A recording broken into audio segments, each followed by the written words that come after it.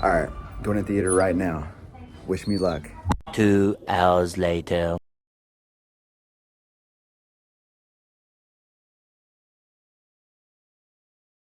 Ah, shit. All right, so Night Swim tells the story of a family moves into a new home. The house isn't haunted. The pool is haunted. Starring Wyatt Russell, Carrie Condon. Always wanted a pool. Is it worth the watch, or is it just another cash grab? Let's find out.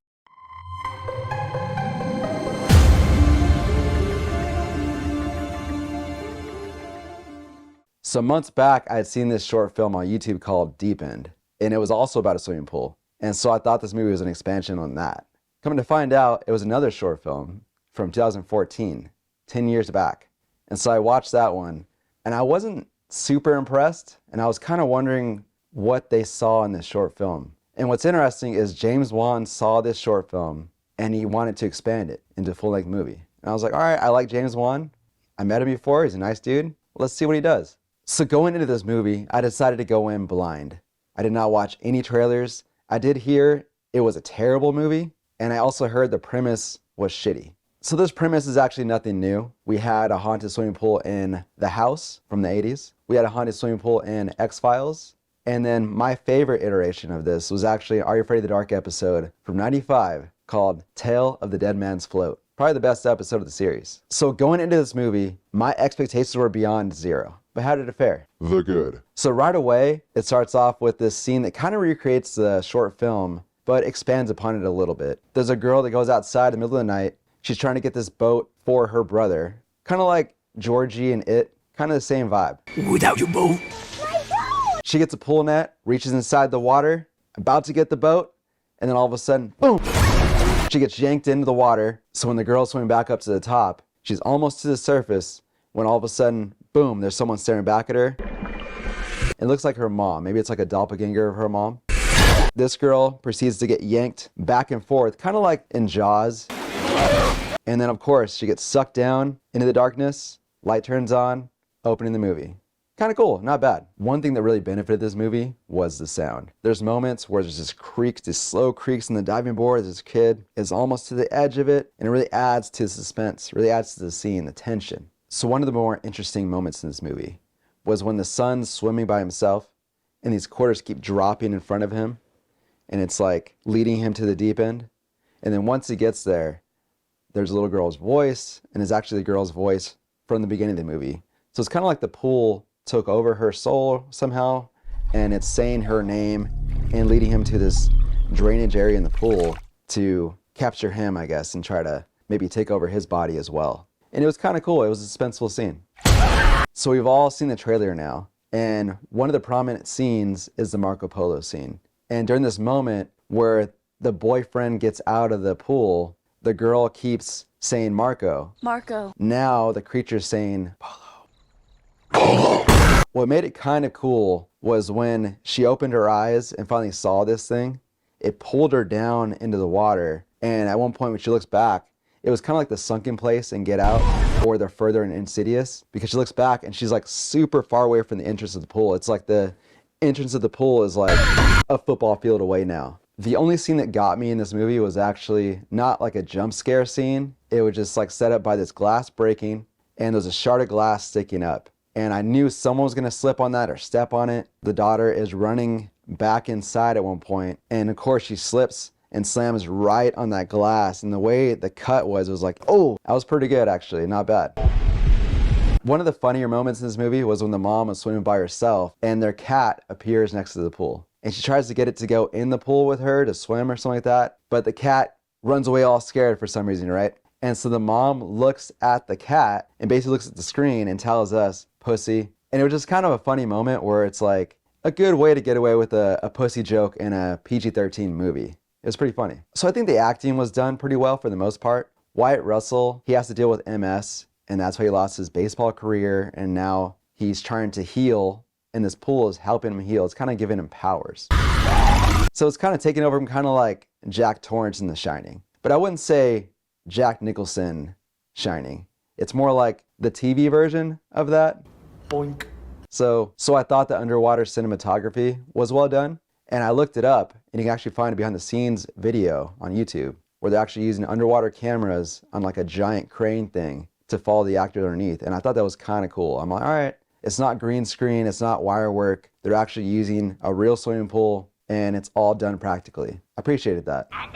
No ending! Now the bad. So as a Blumhouse movie, I feel like all their movies are starting to look kind of the same, and this one was no different. It looks kind of like almost too clean, and it kind of takes away from the scariness of it. I kind of miss the old gritty feeling horror movies from like the 90s or 80s. Let me up! Kill me!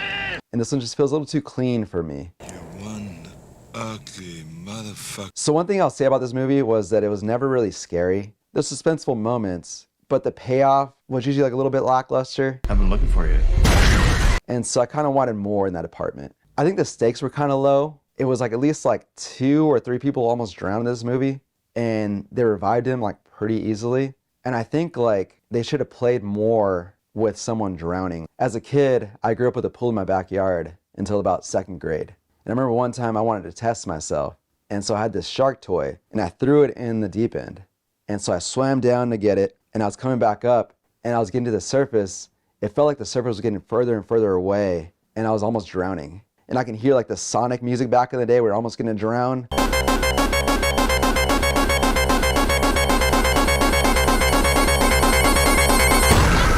We needed more moments like that to add the suspense. It just wasn't there for me. And I feel like they had some campiness in here that was kind of random. And most of the time it was serious drama, but I don't know why they decided to have these cheesy lines with the dad later on when he's turned into like Jack Torrance. And so the daughter runs to hide in the garage, right? But she doesn't press the garage door to open it. She doesn't even try that. She just like goes and hides behind some stuff in there. The dad obviously finds her after a bit, and then he creeps up behind her and says, You're supposed to say polo. and that's not a joke, that really happens. And I was like, I think if they wanted to lean into the campiness, they could have done something like kind of like Arachnophobia, where like they bring the exterminator back and he's kind of like the one that defeats the spider in the end. Rock and roll. Maybe they do that here with the pool cleaner. He comes back and he somehow defeats this pool ghost, or ghost plural. I don't know.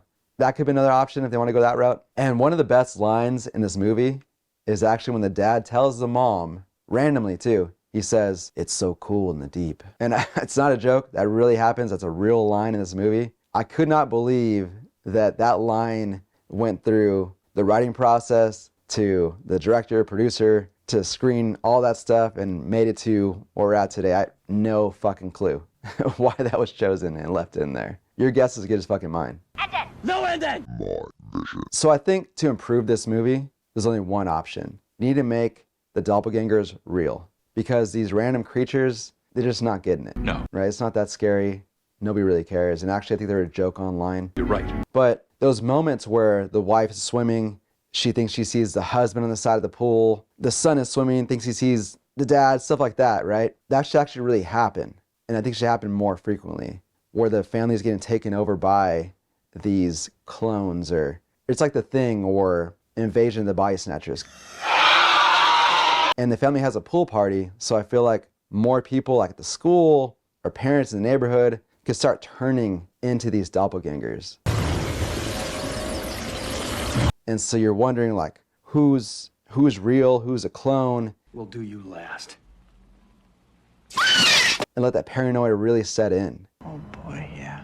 So was it worth the watch, or was it just a cash grab? Not this time. I feel like this movie was somewhere in the middle. It was entertaining enough, it was serviceable enough for a January release. If I had to score it, I would say it's a good background movie. Chill out on the couch, scroll on your phone, and have it in the background. Just chillin', killing. Well, that wraps it up for Night Swim. Tell me in the comments below, what's your favorite bad January horror movie? Don't forget to like, subscribe, and I'll see you next time when I review Founders Day. Garbage day! Huh? No! Thank you for joining me and seeing the movies through my lens. This has been SephVision. Take off!